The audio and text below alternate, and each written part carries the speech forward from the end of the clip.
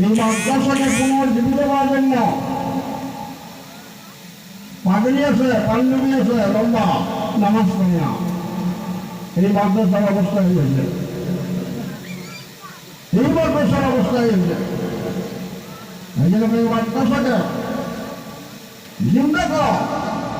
যে সমস্ত বুজুর্গ এই মাদ্রাসার খুঁটি কেড়ে নিচ্ছে, ওনাদের কি আশা ছিল যে আমরাও যেমন এই মাদ্রাসাগুলো চলবে, সব পাবো, আল্লাহ আজাদ থেকে আমরা বাঁচে থাকবো। আমরা পাবলিক 1 টাকা 2 টাকা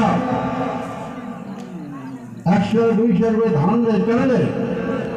বড় করে নাজাতের জন্য, বড় করে যাতে আল্লাহ জাহান্নামে না যায়। কিন্তু আজকে দেখা যায় জানা হয় মাদ্রাসা পড়া নাই,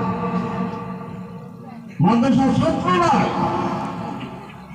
মানে আপনাদের কাছে অনুরোধ করলাম, আমরা সিনিয়র মানুষ হিসেবে, সিনিয়র আলেম হিসেবে, মুরব্বী হিসেবে এই জায়গা পার্শ্ববর্তী মাদ্রাসা রাহুল মেহরবানি আছে, পার্শ্ববর্তী মেহরবানি ফরকানি আছে।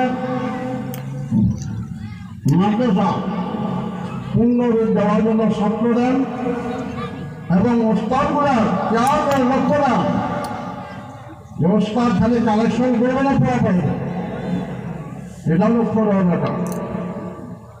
আমরা ছাত্র দেওয়ার জন্য রাজ দিয়েছি, ছাত্র যেন মাদ্রাসার পূর্ণ পর্যায়ে উন্নতি আমলগুলো হয়। কথাটা অনেকের ভালো লাগবে, অনেকগুলো বেয়া লাগবে।